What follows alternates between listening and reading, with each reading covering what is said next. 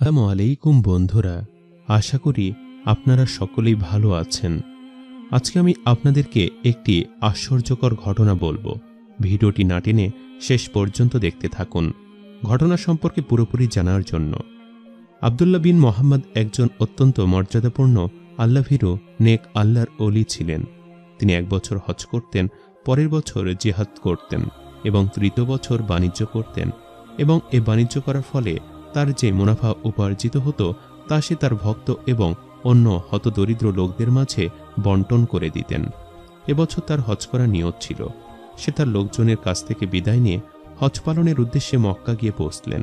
হজে বিরতির সময় সে কাবা শরীফে শুয়েছিল এবং তার ঘুম চলে আসলো। সে স্বপ্নে দেখলেন যে নূরের বৃষ্টি হচ্ছে, চারপাশে শুধুই আলো আর আলো। এগুলো হচ্ছে নূরের আলো, এবং সে মনোরম একটি দৃশ্য দেখতে পেল। সে দেখল যে দুজন ফেরেশতা আসমান থেকে নেমে এলো। একজন ফেরেশতা অন্যজনকে জিজ্ঞাসা করল যে এবছর কতজন হজের জন্য এসেছেন। অপর ফেরেশতা উত্তর দিল, এবছর 6 লাখ মানুষ হজ পালন করেছেন। এরপর প্রথম ফেরেশতা প্রশ্ন করল, এর মধ্যে কয়জনের হজ কবুল করা হয়েছে। দ্বিতীয় ফেরেশতা উত্তর দিলেন যে এবছর একজনেরও হজ কবুল করা হয়নি। ফেরেশতার কথা শুনে আব্দুল্লাহ বিন মোবারক রাহমাতুল্লাহি আলাইহি অত্যন্ত দুঃখিত হয়ে পড়লেন। তিনি ভাবতে লাগলেন, এটা অত্যন্ত দুঃখজনক বিষয় যে এতগুলো মানুষ হজ করতে এসেছে, অথচ একজনের হজও কবুল হয়নি। প্রায় 6 লাখ মানুষ হজ করতে এসেছেন। মক্কা পর্যন্ত পৌঁছতে তাদের না জানি প্রতিমধ্যে কতই না কষ্ট করতে হয়েছে।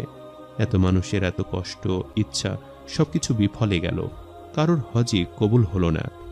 এরপর তিনি খেয়াল করে দেখলেন যে ফেরেশতারা আবারও কথাবার্তা বলছিল। তারা একজন অপরজনকে বলতে লাগলো যে 6 লাখ মানুষের মধ্যে কারোই হজ কবুল হয়নি, কিন্তু এমন এক ব্যক্তির হজ কবুল হয়েছে যে কিনা হজ করতে আসেনি, তবুও তার হজ কবুল হয়ে গিয়েছে, এবং আল্লাহ রাব্বুল আলামিন সেই লোকটির উসিলায় হজ আদায়কারী 6 লাখ লোককে কবুল করে নিয়েছেন। এরপর হযরত আব্দুল্লাহ বিন মোহাম্মদ রাদিয়াল্লাহু তাআলা আনহুর ঘুম ভেঙে গেল, এবং সে এটা ভেবে মনে মনে সন্তুষ্ট ছিল যে যাক, শেষমেশ আল্লাহ রাব্বুল আলামিন হজ কবুল তো করে নিলেন। তবে তিনি এটা ভেবে অবাক হলেন যে 6 লাখ মানুষের হজ একজন মাত্র মুচির কারণে কবুল হলো। আমাকে দ্রুত সে মুচির কাছে পৌঁছাতে হবে এবং সে লোকটির সাথে দেখা করতে হবে যার নাম ফেরেশতারা আলী বিন মাফিক বলেছেন, যিনি পেশায় একজন মুচি। এসব ভাবার পর তিনি সে মুচির কাছে পৌঁছার উদ্দেশ্যে রওনা হলেন। তো মুচি লোকটি যেখানে থাকত সেখানে পৌঁছাবার পর সে মুচি লোকটির অনেক খোঁজ করলেন, কিন্তু এমন কোনো লোক খুঁজে পেলেন না। তিনি সেই লোকটির এলাকার একটি লোককে জিজ্ঞাসা করলেন যে আপনি কি আলী নামের কোনো লোককে চিনেন যে এই এলাকাতে সবচেয়ে সুন্দর করে জুতো সেলাই করতে পারে, যিনি একজন মুচি? আপনি এমন কোনো লোককে কি চিনেন? এরপর লোকটি দেখিয়ে দিল যে মুচি লোকটি কোনো ঘরে থাকত। তো তিনি মুচির ঘর পর্যন্ত পৌঁছলেন এবং মনে মনে ভাবতে লাগলেন, আল্লাহ, আমি যাকে খুঁজছি এ ব্যক্তিটি যেন তিনিই হন। এরপর তিনি দরজার কড়া নাড়লেন এবং ভেতর থেকে একজন লোক দরজা খুলল। তো রহমাতুল্লাহি আলাইহি লোকটিকে প্রশ্ন করলেন, ভাই, আপনার নাম কি? উত্তরে লোকটি বললেন, আলী বিন মাফিক। এরপর রহমাতুল্লাহি আলাইহি প্রশ্ন করলেন, ভাই, আপনার পেশা কি? এরপর লোকটি উত্তর দিল, ভাই, আমি জুতো সেলাই করি। এরপর রহমাতুল্লাহি আলাইহি মুচি লোকটিকে তার স্বপ্নের কথা সব খুলে বললেন এবং তাকে সুখবরটাও দিলেন এবং জানালেন যে তার উসিলায় 6 লাখ মানুষের হজ কবুল হয়েছে। এরপর তিনি আব্দুল্লাহ রহমাতুল্লাহি আলাইহিকে প্রশ্ন করলেন, কিন্তু আপনি কে? এরপর আব্দুল্লাহ রহমাতুল্লাহি আলাইহি নিজের পরিচয় দিলেন। পরিচয় জানার পর লোকটি তার চোখ মুছতে লাগল। এরপর আব্দুল্লাহ রহমাতুল্লাহি আলাইহি মুচি লোকটিকে প্রশ্ন করলেন, ভাই, আমি আপনার বিষয়ে জানতে চাই, এটা কিভাবে সম্ভব হলো? যেখানে আপনি হজ পালন করতে উপস্থিতি ছিলেন না, সেখানে আপনার হজ কিভাবে কবুল হলো? এরপর মুচি লোকটিকে জানালেন যে আব্দুল্লাহ বিন আলাইহি, আসলে বিষয় হচ্ছে যে 30 বছর যাবৎ আমার মনে হজ পালনের প্রবল ইচ্ছা রয়েছে। জুতো সেলাই করে করে একটু একটু করে টাকা জমাচ্ছিলাম হজে যাবার জন্য। আমি এই টাকা অন্য কোনো খাতে খরচ করতাম না। আমার মনে হজে যাবার এত ইচ্ছা ছিল যে আমি এছাড়া আর কিছু ভাবতেই পারতাম না। কিন্তু হজে যাওয়ার জন্য আমার 3000 দিরহামের প্রয়োজন ছিল।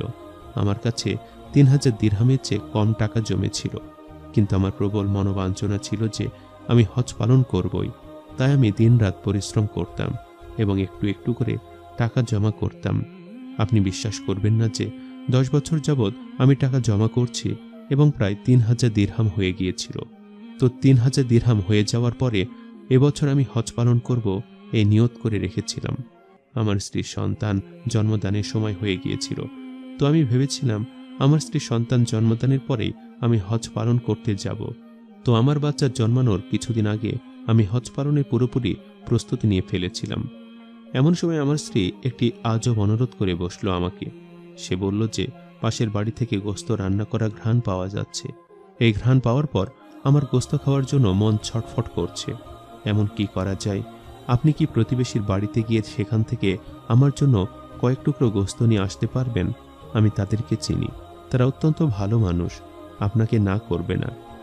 আমি আমার স্ত্রীর কথা শুনে খুবই হতবাক হলাম এবং মনে মনে কষ্ট পেলাম যে নিজের স্ত্রীকে এক টুকরো গোস্ত কিনে খাওয়াতে পারছি না।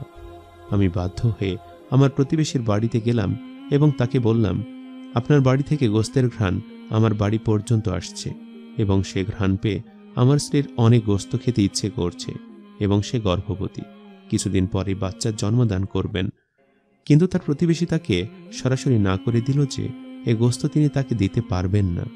এরপর আমি রাগ করে আমার প্রতিবেশীকে বললাম যে এখানে আমরা যারা বসবাস করি আমরা সকলে দরিদ্র, আমাদের কারণে এক টুকরো গোস্ত কিনে খাওয়ার তৌফিক নেই। যেহেতু তোমার ঘরে গোস্ত রান্না হচ্ছে তার মানে অবশ্যই তুমি ভালো উপার্জন করতে পেরেছ, আর তাই তোমার হাঁড়িতে আজকে গোস্ত চড়ছে। আর আমি তোমার প্রতিবেশী, অত্যন্ত দরিদ্র, আমি তোমার কাছে কয়েক টুকরো গোস্ত চাইলাম আর তুমি আমাকে সরাসরি না করে দিলে। আমার স্ত্রী যদি গর্ভবতী না হতো তবে আমি কখনোই তোমার কাছে আসতাম না। এরপর তার প্রতিবেশী তাকে খুলে বললেন যে আপনি আমার প্রতিবেশী আর তাই আমি আপনাকে গোস্ত দিতে চাচ্ছি না, কেননা এ গোস্ত আপনার জন্য হালাল নয়। এ কথা শুনে আলী নামক লোকটি তার প্রতিবেশীকে প্রশ্ন করলেন, হালাল নয় মানে? তো তার প্রতিবেশী তাকে জানালো যে সে 7 দিন যাবৎ অনাহারে রয়েছে, তার স্ত্রী সন্তান সকলেই অনাহারে রয়েছে। ক্ষুধার কারণে তার সন্তানেরা প্রায় অজ্ঞান হয়ে যেতে নিয়েছিল, আর এসব সহ্য করতে না পেরে বাধ্য হয়ে সে ঘর থেকে বেরিয়ে গেছে খাবারের খোঁজে। এরপর সে একটি নীরব স্থানে একটি মৃত প্রাণীকে পড়ে থাকতে দেখতে পেল, আর সেখানে কেউ না থাকায় সে সুযোগে সেই মৃত প্রাণীর গোস্ত কেটে নিয়ে এসেছে রান্নার জন্য।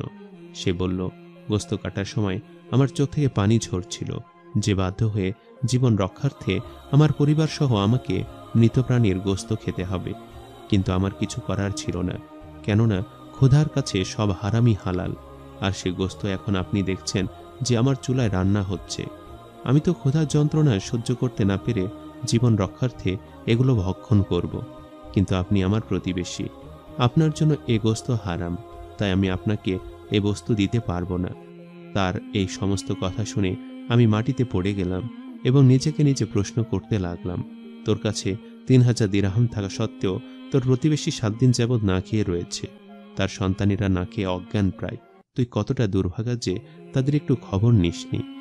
সাথে সাথে আমি উঠে দাঁড়ালাম এবং আমার বাড়ি থেকে 3000 দিরহাম নিয়ে এসে আমি আমার প্রতিবেশীকে দিয়ে দিলাম এবং তাকে বললাম, ভাই তুমি এই দিরহামগুলো রাখো, নিজের স্ত্রীর সন্তানদেরকে নিয়ে হালাল মাংস কিনে খাও, তবুও হারামের আশেপাশে যাবে না।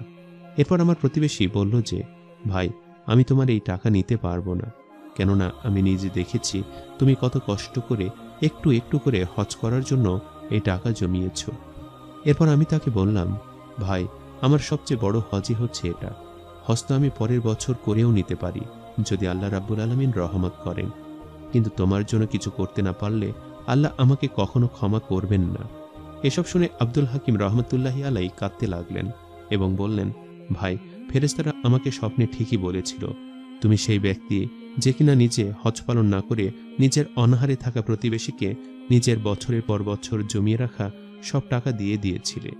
সম্মানিত দর্শক, ভিডিওটি আপনাদের কাছে কেমন লেগেছে তা আমাদের কমেন্ট করে অবশ্যই জানাবেন, আর সবাই আমাদের সাথেই থাকবেন। আজ তাহলে এই পর্যন্তই, আপনারা ভালো থাকবেন, সুস্থ থাকবেন, আল্লাহ হাফেজ।